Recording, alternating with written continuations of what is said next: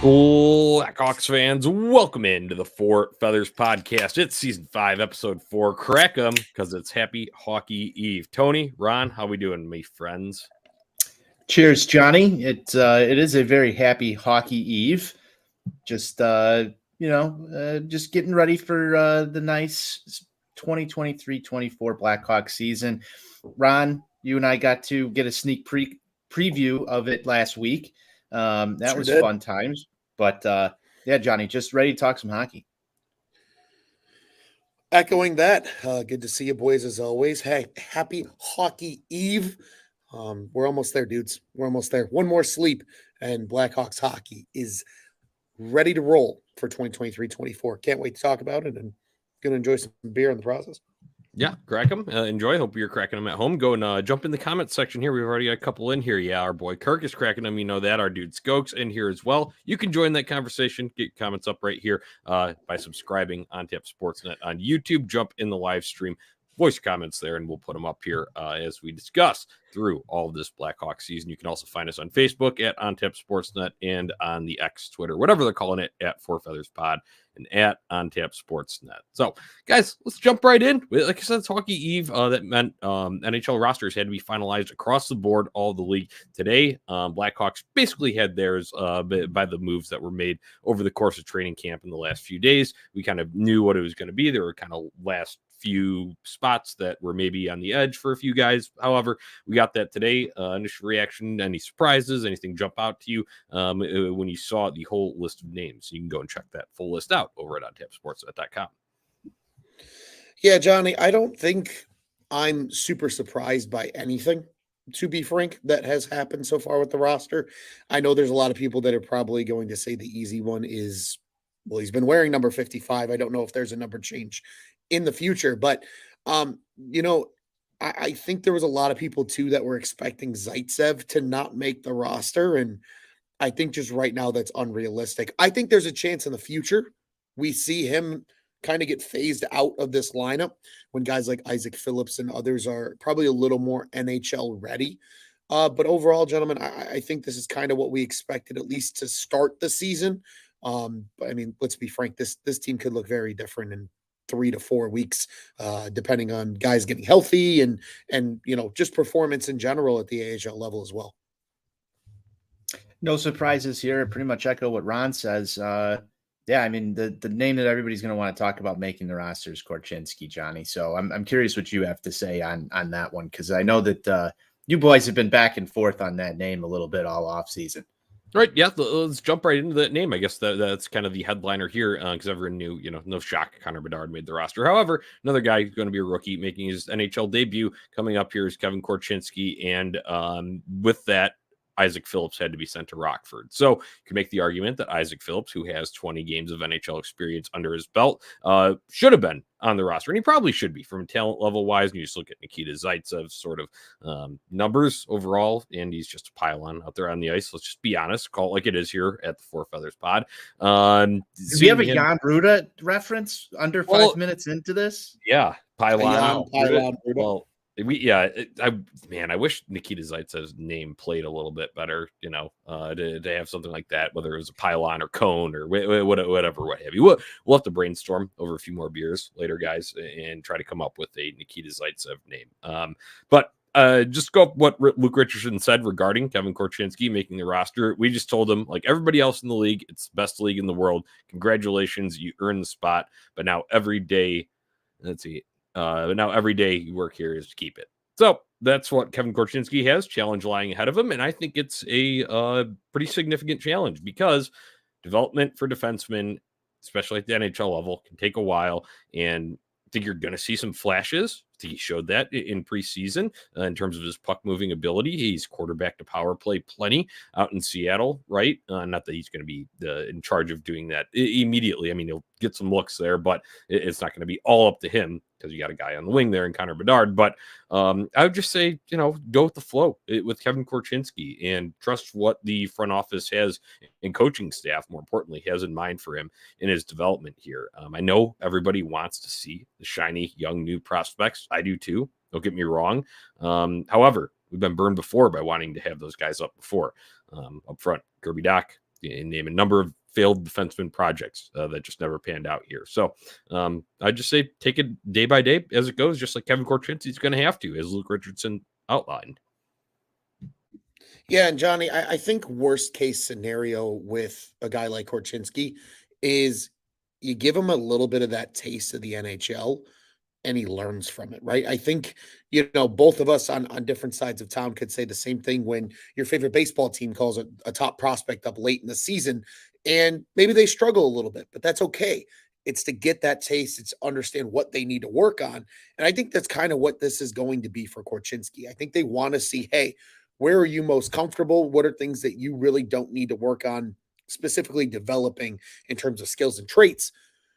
And then on the flip side, what are some of the things they want him to focus on? That way, if he does go back to the WHL and ultimately to Seattle, it gives him a plan of, hey, I'm going to work on this. And then ideally, assuming he works on all those things and enough of a forward step is taken, he's here for good as a 20-year-old in 2024, 25. So going to be something interesting to keep an eye on. But again, like you said, Johnny, this is the take what you get from him, see what everything looks like, and then regroup and reevaluate, over the course of the season. I don't have much to add to you guys. I know how you guys feel about prospects, and Ron's been, championing the, send Korchinski back horn for quite a while now. I'm happy we're going to get the taste. We'll see what happens, but I'm sort of siding with you, Ron. It's probably going to be a rather short-lived NHL cup of coffee here for Korchinski.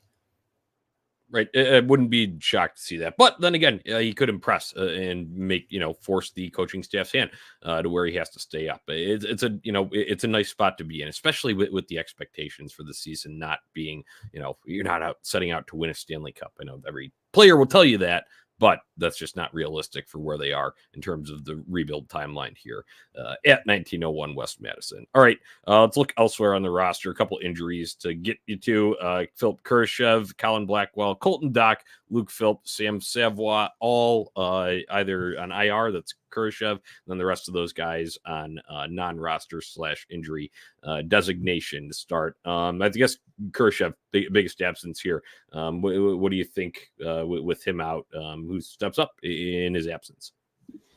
Yeah, I think the natural set of wingers, Johnny, are two guys that you and I talked a little bit about the last time when we were talking about, well, who's going to play next to Lucas Reichel, assuming Kurashev's not there, which is going to be the case at least for a few games, and with Andreas Athanasiou, who is really just getting his legs back under him after missing a pretty expansive amount of time with illness. It's going to be number 90 and number 11. It's going to be Johnson and Radish, in my opinion. They're the two that have to step up. They're the two that are, in my opinion, the most talented on this Blackhawks team to now flank a guy like Lucas Reichel. Mostly intrigued to see what the chemistry's like, though, gentlemen, because I don't know about you guys. I enjoyed watching that Reichel, Kurashev, Athanasiou line at the end of last year. Blackhawks tried that out early in camp this year. Unfortunately, injuries are going to derail that for a little bit, but I think we see that at some point this season. So I think early on, it's got to be guys like Taylor Radish and Tyler Johnson to pick up some of the slack when Kurashev, who I think is a player the Blackhawks expect to take another step forward, is going to get those prominent minutes, especially in a rebuild season. And then obviously Athanasiou eventually is going to make his way back up the lineup, I think, and rejoin Reichel and Kurashev later on. Yeah, we'll get to some exact lines here with the projected lineup in their last practice before. But Tony, thoughts on Kurashev here? Anything you notice him in the past or anything going forward now that he's got a new 2-year deal acquired via arbitration? Yeah, not much to add from what Ron said here. I think it's going to obviously be a little bit of a hole in the lineup with him being out for an extended period of time. But Ron picked the names right there that are going to need to step up, especially, with some offensive firepower. I would like to see Athanasiou get back to where he was and be a top 6 forward on this team. He has the speed, he has the ability to create scoring chances. So it'll be interesting to see how long he's down on these lines with Johnny. I know you're going to read out in just a minute, but I really think it's Taylor Radish. That's the one name out of those two that you're going to look to see piling up some points on the board here. Tony, I feel Tony, I'm very proud of you. Really quick, you nailed Andreas Athanasiou's. Thank you. I've Wow. been working Very, all off season on very, this. very proud of you. That was flawless too. No miss, no even hesitation. Just that's boom. That's Good big job. steps here at Four Feathers. You know, they're coming along in the rebuild here. We're coming along in the Tony pronunciation guide here. So you like to see the progress. You like to see the progress here early on. I think that's a good point though, and especially Taylor Radish. I just, a little bit more of the scoring flair when you're talking about it compared to Tyler Johnson. Nothing against him. He's a veteran guy. He's had plenty of past good scoring seasons. However, once you hit a certain age, Father Time does start to catch up to you, and Taylor Radish is not there, whereas Tyler Johnson is. We're talking about wrong side of 30 there. So let's get on to the projected lineup then, what that's looking like. We talked about guys will have to step up, but first line expected Taylor Hall, Connor Bedard, Ryan Donato. Then that second line of Johnson, Lucas Reichel, and Radish, Corey Perry, Jason Dickinson, Nick Foligno. Ron, as we talked about forward depth there, Boris Kachuk, Cole Gutman, and Andreas Athanasiou up here in the forwards. Let's tackle that first. Take forwards. I know we just had a little bit of discussion about stepping up in Kurashev's absence there. However, I think there's one name that we can kind of point to here and think that he may be swapped out for one of the guys that is in the kind of extras column here. Yeah, I mean, gentlemen, I kind of like how this lineup looks. I'm not going to lie to you. I'm very excited about Ryan Donato getting a chance to skate up top with Mr. Taylor Hall and Mr. Connor Bedard. But Johnny, like you quickly noted there, just to chime in, definitely the name that obviously stands out right now is Mr. Kachuk, a guy that Johnny and I think are pretty big fans of here at Four Feathers, and just what he brings to the table. But I think the biggest difference from last year to this year, even last year with having guys like Max Domi and obviously Patrick Kane on the roster, the forward group just feels deeper this year. Like when Mackenzie Entwistle, who quite arguably was one of the top maybe 4 or 5 forwards for this team over the course of the whole preseason. Was he the preseason MVP? That's right. Shit, he might have been. He might have been. So for him to be a 13th/14th forward on this team right now, obviously I think that last line spot kind of rotates early on. I think we see a little bit of Reese Johnson. I do think we see Entwistle too. But it just shows how much deeper this team is on the forward end this year. And I think that, again, we had fun. Tony, I know you had a blast watching Blackhawks hockey last year, maybe more than ever. I felt the same way, especially late. It might be even more fun this year, despite what the record's going to look like in the standings. I agree, Ron. I think that there's one line that I had my eye on. I mentioned this to you, I believe, in the atrium, and that's that third line, Corey Perry, Dickinson, Foligno. I really think that is going to be a line that opposition is going to hate to play against. I mean, there's a ton of fucking grit there. It's, we talk about teams that have great third lines. This to me is a damn good third line compared to what we've seen the Blackhawks throw out there in years past. You've got the scoring up there on the top with obviously Connor Bedard's going to put up a ton of points. Taylor Hall do his thing. But then, as it stands right now, I still think that you're going to see stuff come out of this proposed fourth line with Kachuk and Gutman and Athanasiou. So I really like the way that everything is stacked up here. I'm not the biggest Reese Johnson guy in the world. He's sort of just a name to me. He's sandpaper and hashtag grit. Yeah, no, you're a big Reese Johnson guy, but I'd rather see Jared Tenorti out there. I know we're not talking about defensemen if we're talking about sandpaper and grit. Yeah. But that said, I like the way that this shakes out. I think that it's going to be a really fun start to the season, especially with this forward group. Yeah, I agree. And there's some mixing and matching that can be done. I like our guy Skoke's comment in here. It says, I haven't been very impressed with Donato on the first line. TJ, Tyler Johnson, and Taylor Radish have played well when in the right wing one spot. Hey, I think there's going to be some shuffling going on. I would not put these set in stone. This was just projected based on their last practice before they took off for Pittsburgh today. I agree that last year I think Taylor Radish did himself a very nice service in terms of what he was able to do when he got more of a spotlight because of the depleted talent that was on the roster there.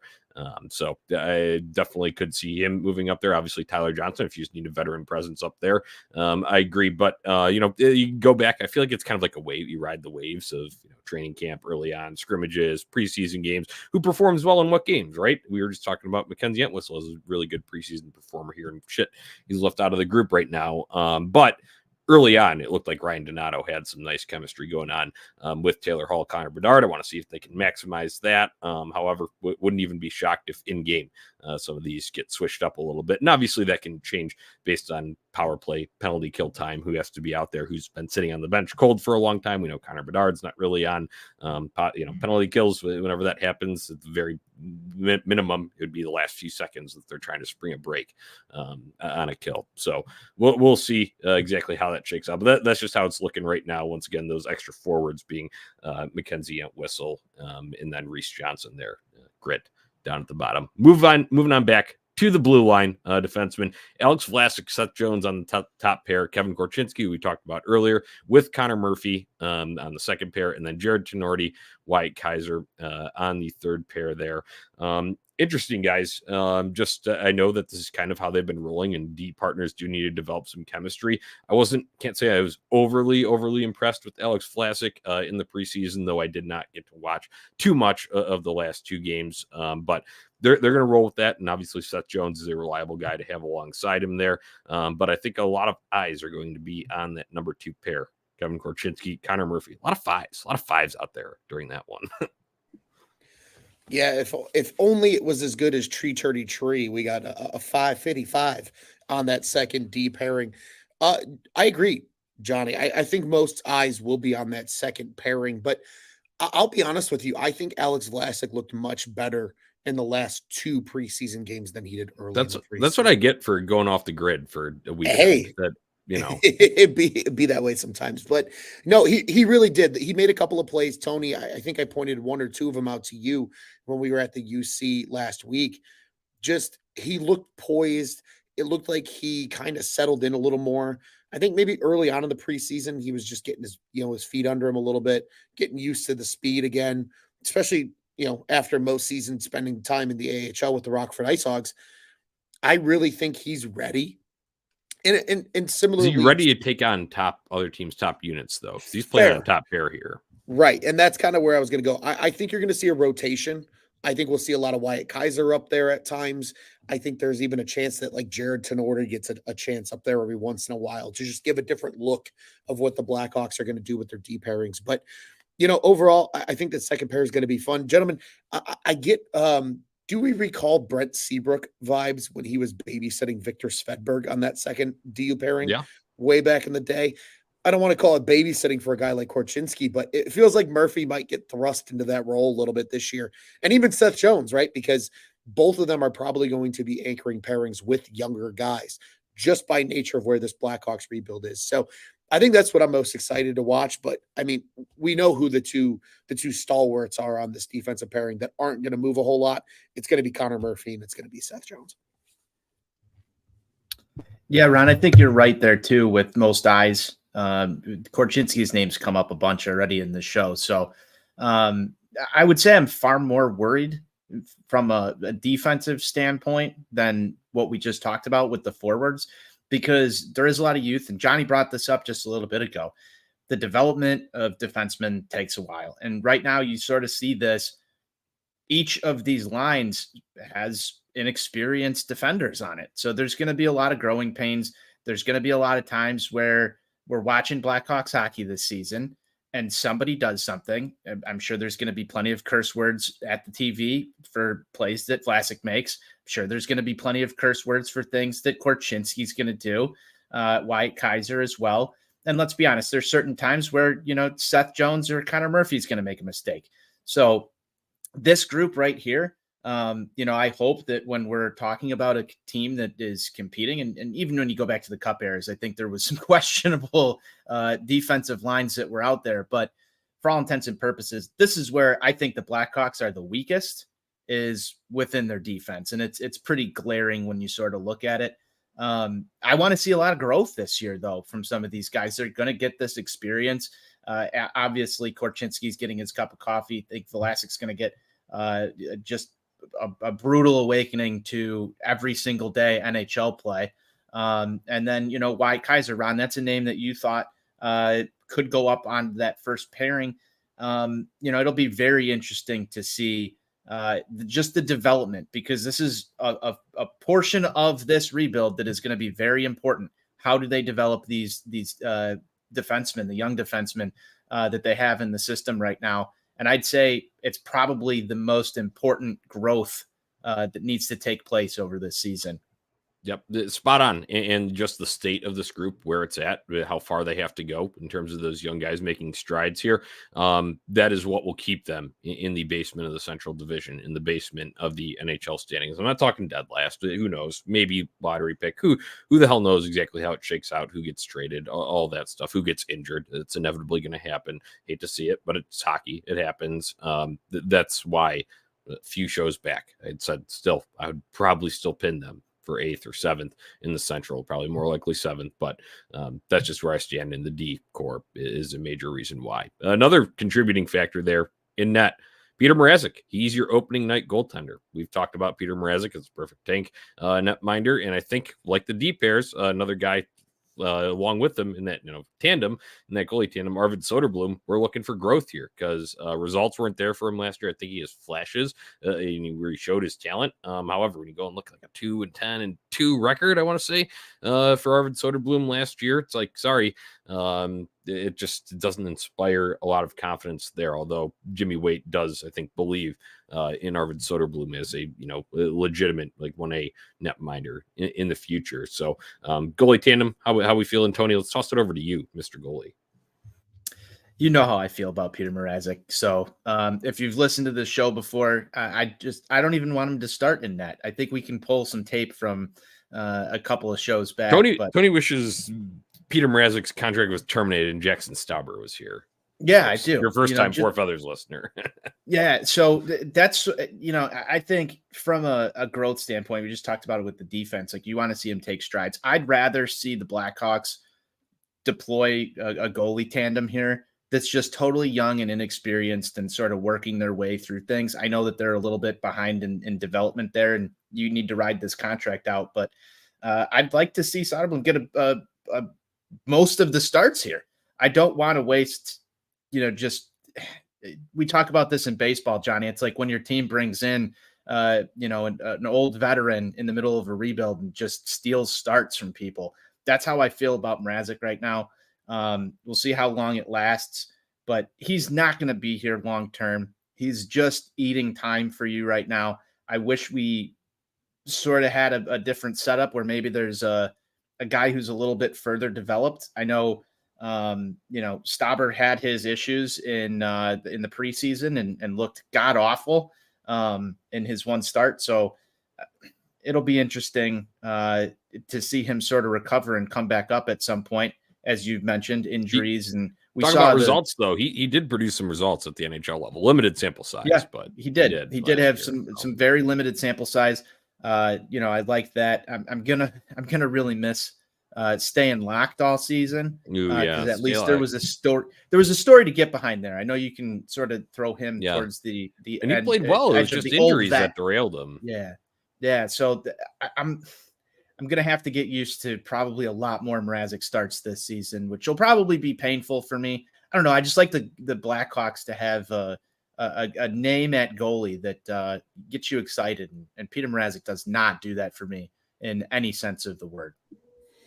Yeah, I think the goalie room this year is like, it feels like it's a year away from where the Blackhawks want it to be, because I think we're just in the same breath of what we're going to experience with guys like Korchinski and Kaiser and Vlasic and Phillips this year. I think we're going to see that with Soderblom a lot in that as well. We saw Arvid Soderblom, Tony, look really good against the Minnesota Wild, made a lot of big saves late in that game to keep it deadlocked at 2, especially once the Wild had tied it. Didn't look great in the shootout, but I think a shootout is a very acquired skill for goalies. Like, you don't just naturally get good at that. Very few guys are actually truly good at shootouts. And unfortunately, the Blackhawks are going against one former Blackhawk, Marc-Andre Fleury. So that is what it is. But Agreed with you. I think they really are looking forward to what Drew Comesso does in a full year at Rockford as the number one. He's going to split some time with Stauber, even though I think Stauber is the first to get called up in the event of an injury to either Soderblom or Mrazek. But Tony, you nailed it, right? Mrazek, he's the tank goalie. He's here for another year. His contract expires at the end of this coming season. He'll move on. And I think in a perfect world, the Hawks want to feel comfortable with a 1 and 1A of Soderblom and Comesso, at least for the near future.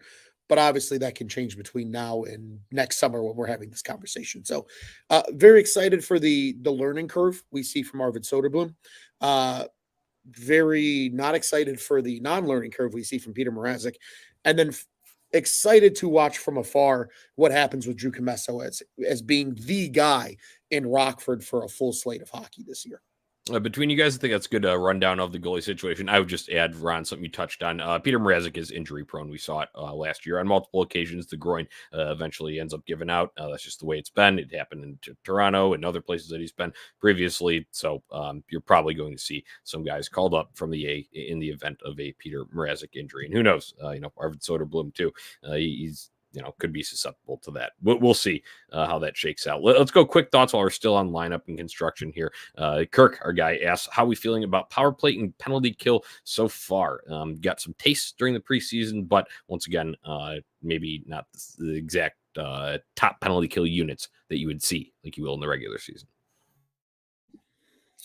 I think from the penalty kill standpoint, I've enjoyed watching Lucas Reichel get a taste of penalty kill action, whatever that looks like. Same thing with Taylor Radish. I think his story is kind of funny where he was just like, hey, I want to kill penalties. And Richardson was like, all right, get your ass out there and go do it. So, hey, I think the penalty kill. That's good for the culture. It is good for the culture. But, with the PK, I think it's going to be a learning curve for a lot of these guys this year.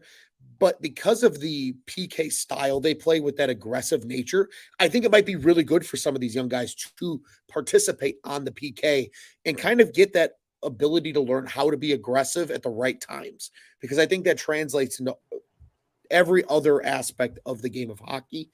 And then power play wise, I think the first power play is going to be fun. Bedard's going to be out there. Reichel's going to be on the 2 power play. I think the power play is going to take a little longer to kind of get in a groove than the PK will. But overall, because of the nature of the roster construction, gentlemen, we're going to see a lot of fun names on both the power play and the PK this season. So I think that's where my feeling lies, is they're going to be really fun, but I don't know if they're statistically going to be good. Quick X's and O's thought on the PK. Credit to Ben Pope for this nice article about it in the Sun-Times. The other day, they had switched last year to a more diamond formation that had upped their percentage on the penalty kill, and now they even made it more aggressive through training camp in the offseason. So PK should be fun, especially with the added names, veteran guys too, like Corey Perry and Nick Foligno out there, part of that unit. Tony, thoughts on special teams here? You stole my thought. I just pulled up the Ben Pope article while Ron was talking because I had read that too.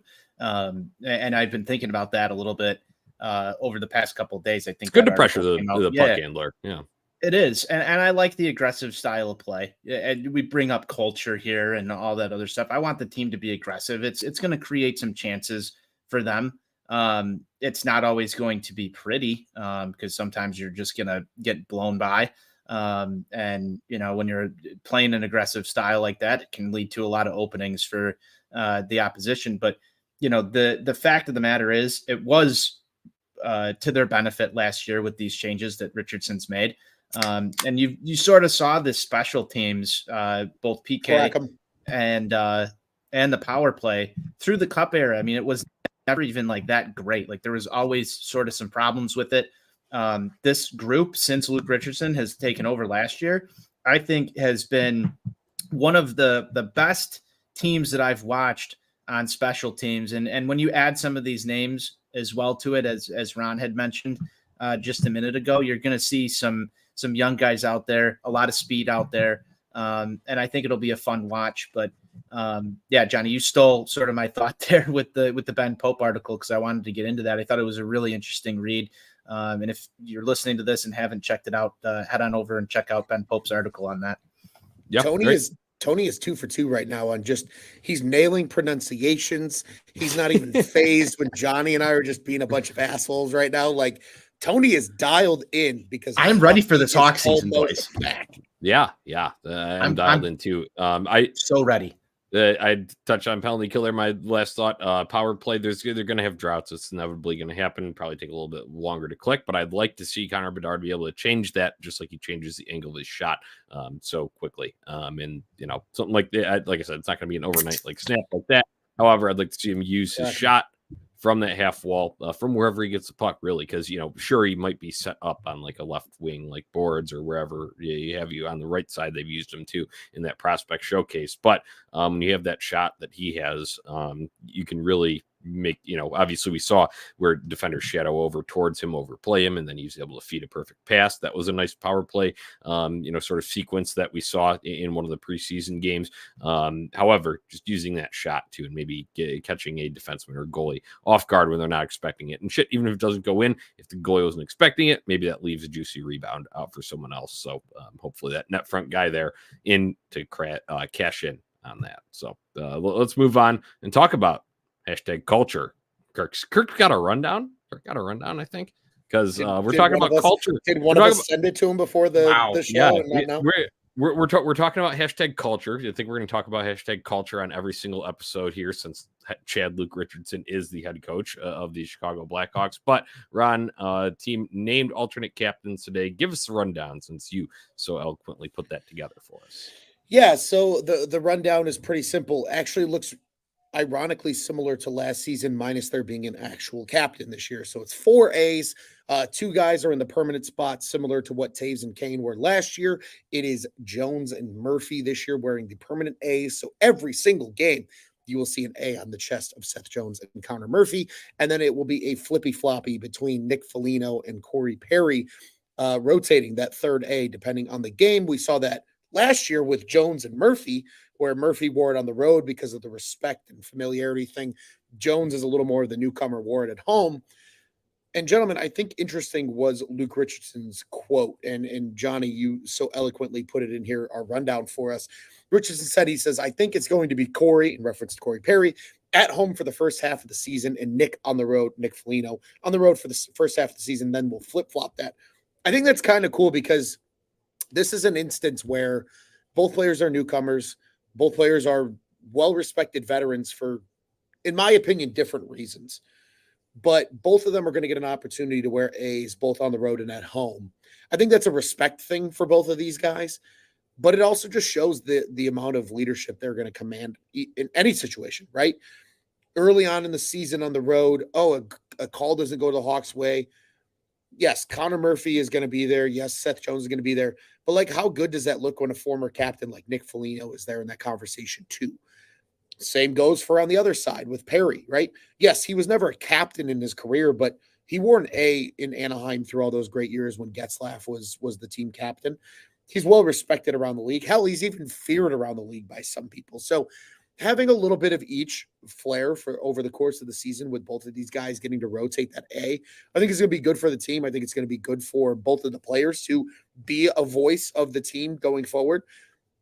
And gentlemen, I know we're not looking this far ahead to trade deadline yet, but the fact that they're going to flip it halfway through, it makes me almost think that neither one of these guys are getting moved mid-year unless they're having egregiously good years and want to be moved. Because for them to be noted early on in the year as, hey, this is our 82 game plan, we're going to flip-flop it halfway through, it almost makes me think the Blackhawks are going to use this year as truly a building year and not just a sell-off for assets year. And these two guys are going to be here come the last game of the season in order to make sure they properly instill that #culture that we're talking about right here on screen over the course of an 82 game season. It's a good point, Ron. I didn't really think of it in that vein. I love that you brought that up, because I was thinking about that with the quote too, Ron, that, they'll flip halfway through the year and, somebody could get shortchanged if there's a trade. That doesn't dispel the fact that one of these guys or both of them might want to go to a contender. Maybe their agent comes out and says, hey, like, the part of this deal was, we're only here for whatever. And this could all just be a comment that Richardson made right now to the media just to, put a blanket statement on what their plan is. But one of the things that I've thought about a lot with this, and I mentioned, I love that third line. I think it's a really, really good third line that people are going to be afraid to play against. Despite the defense being somewhat rather inexperienced and has a lot of holes, and Peter Mrazek, I think if you see this team exceed its expectations throughout the first half of the year, you can put yourself in this. It's not talking about playoffs. We're not talking about playoffs yet. Playoffs. But you can see this team have a successful season where maybe Foligno and Perry are not moved. And they finish it out the remainder of this season. For some odd reason, I told this to Ron the other day, it's going to be really difficult to see the Corey Perry jersey start to sell. They're already selling them in the atrium, Johnny. But it might be very hard if Corey Perry is that asshole that's on your team that you fall in love with, despite everything else. And Pat Comiskey's probably going to text me some very, very nasty stuff after I say this.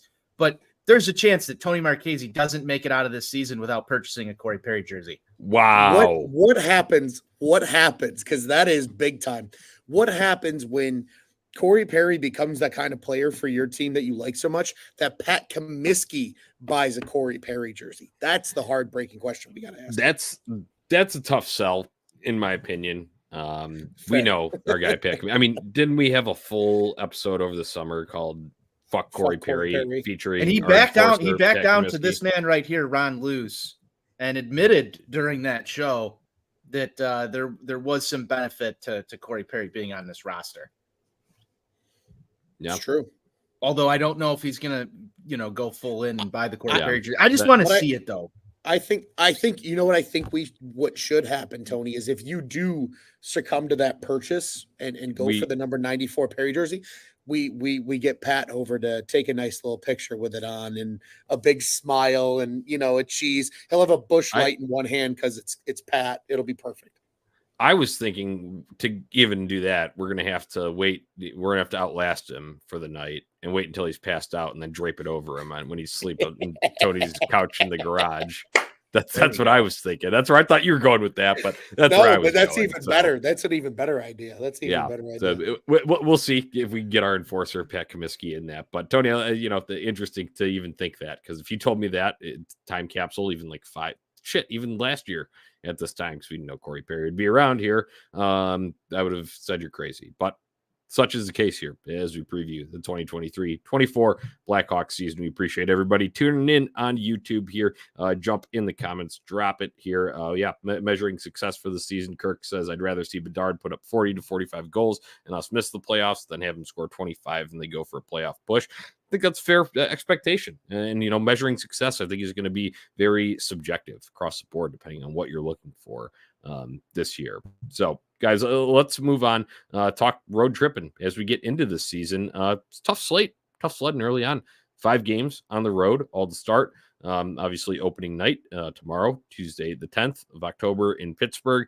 The next day in Boston, and then a couple days off. Hockey night in Canada against the Montreal Canadiens on October 14th, Saturday, and then on Monday to Toronto, and then some days off, but then they go out west to Colorado on Thursday, the 19th here. How we think this is going down? What are we looking for in these first 5 games? And do you think this is a good sort of setup for this team, for them to get to gel early and get that hashtag culture really, really meshing? Yeah, I think anytime you can go on the road, I still remember those the cup teams talking about those road trips and how it used to bond the team. Yeah, it used to bond the team.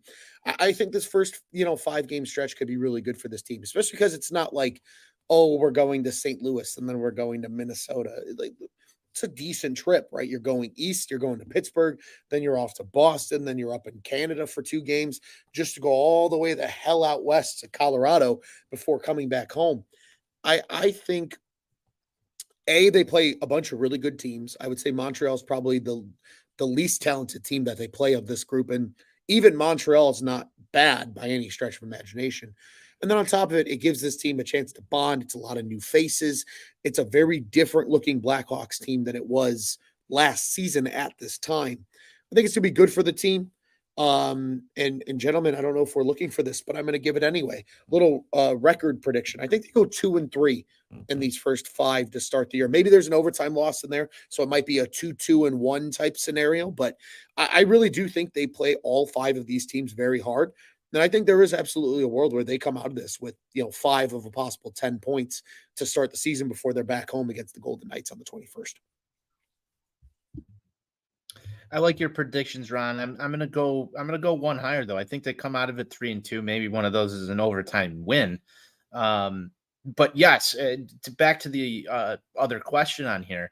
Is this good for them? I think it's tremendous for them, because even if they come out of this in a very dark spot and go, maybe they come out of it with 1 win, I think the bonding here around specifically Connor Bedard, who's going to be the centerpiece of this entire fucking thing for a very long time. It's a national media circus too. Yes, it is. It is a ESPN, national media TNT, circus. and then Hockey Night in Canada. So obviously local for us Woof. here, but national up in Canada. Well, they already talked about him being mic'd up on ESPN. I mean, he was on Pat McAfee today. The hockey world is solely focused right now, it feels like, almost on Connor Bedard, this debut. There's tons of attention. I'm sure there's going to be butterflies. There's going to be all sorts of, just anxious energy. So I don't know if I'm expecting Connor Bedard to come out and put on a show tomorrow night.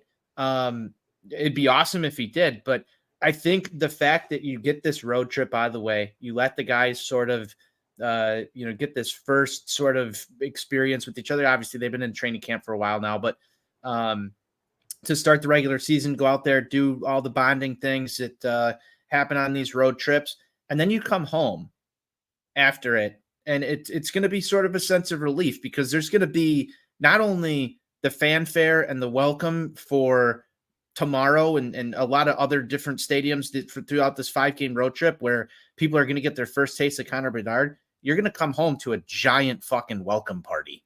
And I think that in and of itself as well sort of sets you up for this, like, hey, we've played 5 games, right? Instead of, all right, we get the opener out of the way, then we come home, we get the opener out of the way. That can sort of start to settle the energy. You're going to get another boost of energy when you come back to the UC and they're standing there and he's on the ice for Jim Corneliuson singing the national anthem in front of a sellout crowd, for his first home game as well. So there's a lot of the way this stacks up is very beneficial, I think, for the way that the team will gel, but also more importantly for Connor Bedard and that development piece right there. Right. Yeah. Interesting takes here. I agree to what you guys said. Our guy Kirk says 2-2-1 with overtime loss to Montreal in there. I'd probably put us in there to 2-3 or 2-2-1, kind of like Ron and Kirk's predictions there as well. Trying to iron out like exactly what's what here, because it's like, oh, this could be the only time Pittsburgh's healthy, like fully all season. Who knows? I don't know what Jake Gunsel's status is for that game, but however, they'll Malkin, Crosby, Letang, Carlson, all those guys, and just looking at some of the opponents. Boston, it's much different looking roster after Patrice Bergeron, David Krejci retiring. So we'll see. Obviously, Montreal, I think Ron pointed out, probably the weakest of this group, because you probably expect all these other teams to be legitimate. I'd say before a game's played here on paper, Stanley Cup contenders of some sort. Maybe Boston taking a step back, like I just mentioned. So let's see. I don't know. Maybe that rest does them well. I know that they have to travel again out west, but maybe that does them well because they play Monday and then got a couple of days. They don't have to really go back to back on that for Colorado. So who knows? Maybe they're surprising people out there. So it'll be interesting to see, guys. I just can't wait on Saturday to hit the socials with our Hockey Night in Canada edit. That's one of the best things that our guy Schwartzy has ever done. Agreed. It's a beauty. And Johnny, gentlemen, happy Canadian Thanksgiving to everybody out there. I'm surprised we made it this far into the episode, but you brought up Schwartzy and I just had to think of Canadian Thanksgiving. Well put indeed, Tone. And you know what? I think, again, gentlemen, the Hawks being on Hockey Night in Canada so early in the year, it just reminds us hockey's back, and we can all just It's like a warm blanket on a cold fall day that you just drape over yourself in pure excitement because you know Yeah. what time of the year it is. Speaking of that, how cinematic, Tony, would it be if Connor Bedard gets the Hockey Night in Canada towel on his first ever appearance there? That would be something. That would be very cinematic. That's definitely, cinema at its best. Yeah, this is cinema. Scorsese meme. Yeah. Yep. Yeah. Absolutely. Yeah. All right. So I think we're all kind of in that range there, Tony. I think you're a little bit higher on there, but I would put us at the 2 and 3, 1, you 3, 2, possibly overtime losses there. So we'll see how it shakes out. Once again, you can go and find that full schedule on tapsportsnet.com. Got all the TV channels listed out for every single game, how you can watch them, stream them, all that good stuff. So it's time to ruffle some feathers here as we get into the closing minutes of Four Feathers here. Ruffle some feathers, dude. I can't stand the Blackhawks Twitter admin. It's terrible. It sucks. It's cringe. It's pointing directly to a tweet here. Call him ranch because he be dressing. Caption on a video of Corey Perry entering the stadium in a suit. I'm sorry. I can't do this. Me and our enforcer, Pat Comiskey, have talked about it. I'm going to try my best to bully the admin in the Twitter comments. And I really hope someone from the Blackhawks organization does come across this episode. Please just go back and be boring. I would much rather have you be boring and just post the highlights with something normal. I can't deal with it. It's so incredibly cringe. I know they're trying to appeal younger audience, but my God, think about what your peers think of you. I think Vegas Golden Knights coming into the league might have been the worst thing for hockey-related social media ever. Are you just telling people to follow the Four Feathers account for their Blackhawks stuff? Please do. You are really hot and bothered by this, Johnny. It's bad, dude. It is bad, and it's not just one-time things. The thing is, they can do a good one too. They know how to do a good one because there's plenty of them that I don't have to go and get on them. However, when they do, you'll see me in the mentions there, lighten up the admin, especially when I'm sorry, a brand should not tweet in first person. When the admin tweets like, oh, it's admin here, and then I'm bestie with so-and-so people that react to it. I can't do it. Just stop and tweet like a brand, okay? It's for the hashtag culture, right, gentlemen? This was an episode or a segment on what grinds Johnny's gears. Ruffle some feathers. Some people like it. Some people do. I've seen some of our followers go and interact with that. And you know what? If you do, each has their own opinion, but this is our show here. So I'm gonna spread it and ruffle some feathers here. Are you advocating for make the Blackhawks Twitter account cool and tough again? Yes. Yeah, honestly, just follow Four Feathers for your Hawks updates. Sure, I know you need to follow the official team account, but my God, you won't see any of that kind of stuff going on over at Four Feathers Pod on Twitter, X, whatever. How are you feeling about this, Ron? It's funny. It's comical. Honestly, the only thing it does besides give me cringe is it makes me want to fire up some chicken wings with a little bit of ranch on the side. That's about all that tweet did for me. So it only speaks to my stomach, and otherwise I think I'm in the same boat as Johnny here. It's one of those where you go, ooh. And I think maybe two of all players, because it was Corey Perry on top of it. I think that rubs a lot of people, including our enforcer, Mr. Comiskey, the wrong way. All right. I've got to add something to this though, because I was on the YouTube short machine, and there was another Corey Perry video that I think if Johnny saw it, he might label it cringe. It was, Corey Perry just up against the boards in warmups, and he's got the puck in between his skates, and it said, this is one way to protect the puck, but they dubbed it over with some Finding Nemo audio, and it was, "This is my squishy," and I will call him Squishy. Good God. And good God. It was Corey Perry skates. I'm assuming. I'm assuming this watch this video. I'm assuming this is made for TikTok, and I'm not over on there. So luckily, I just don't engage with that. So I don't have to go and do that. I'm not a big scrolling shorts YouTube. So I kind of, if I this is where Ron comes in as the expert. So I'm glad I don't have to deal with that. Please just, you're probably best to just keep that out of earshot on my side of me moving forward. So I'm the old man, yelling at the kids, get off their lawn here. But my God, I'm sorry. Some of it is just unbearable. So Ron, you guys got anything? Ruffle some feathers for this segment here. We're gonna do it all season. Just anything like that. I'd go another one if I was gonna go and ruffle some feathers here. This is the best jersey in all of sports, and the white jerseys are so much better than the reds because you can see all the colors pop magnificently. I know Pat Comiskey, our enforcer, will fight me to the death on that. I don't care. Ruffles and feathers. I mean, in fairness, Johnny, I'm a little salty that the United Center didn't carry my size in white Connor Bedard jerseys because I was looking for a white one Wow. when we were there. So I had to settle for a red one, and it's just I agree with you, Johnny. The white ones they do something to you. You know, it's a beautiful jersey. They do pop. They do pop. I have nothing else to ruffle feathers on this episode, at least, gentlemen. I think Johnny stole the spotlight, so I have nothing that can ruffle feathers as much as Johnny has ruffled feathers today. I mean, I've got some gripes. I don't think the UC crowd cheered the anthem enough at the preseason game that we were at, Ron. I will second that. It was very quiet. Very quiet for the anthem. I don't want to see that in the stadium this year. Jim has grown a beautiful beard. He looks like he could potentially be, Santa Claus if it continues to grow just a little bit more. But I mean, he put in some excellent work on the beard over the offseason, Fear the Beard. And, you want this to be an electric moment, especially for Connor Bedard's first home game. If we get what we got at the preseason, I know it's just preseason, so maybe it was, a bunch of people who smaller crowd in general, crowd. I mean, half of the 300 level was open. So that was interesting.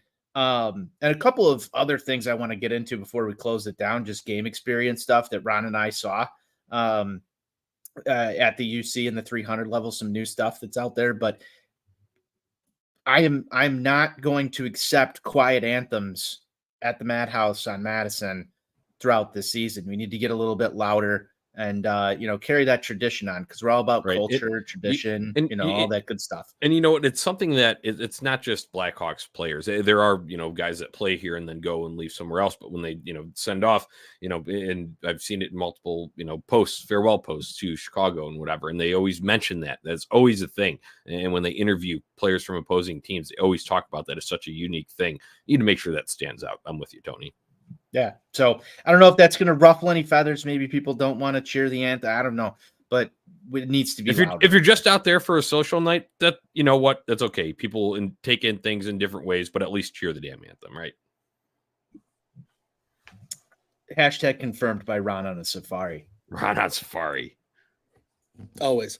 I can't wait till Ron's back on safari. Okay, that's good for ruffle some feathers this time. Let's go to Salt Shaker real quick before we close it down. There was some, Adam Fantilli, another guy highly touted in this draft, took a big hit from TJ Oshie over the weekend in a preseason game between Columbus and Washington. And I saw some Blue Jackets fans just getting salty. They're getting salty because, they'd say Fantilli scored, a real goal before Connor Bedard did, but all the hype still goes to him. Tony, we just need to just drop the Connor Bedard Salt Shaker edit on top of that one. You know what? Get used to it. Opposing fans, you're going to hate.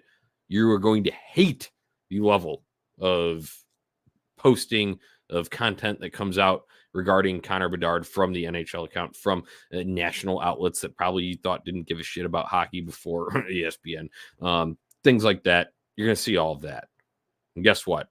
He's that good. He's that generational that even before playing an NHL game, he warrants that hype, and I guarantee he'll back it up. So maybe we'll revisit that one at a later date, Tony, and just pour the salt on him.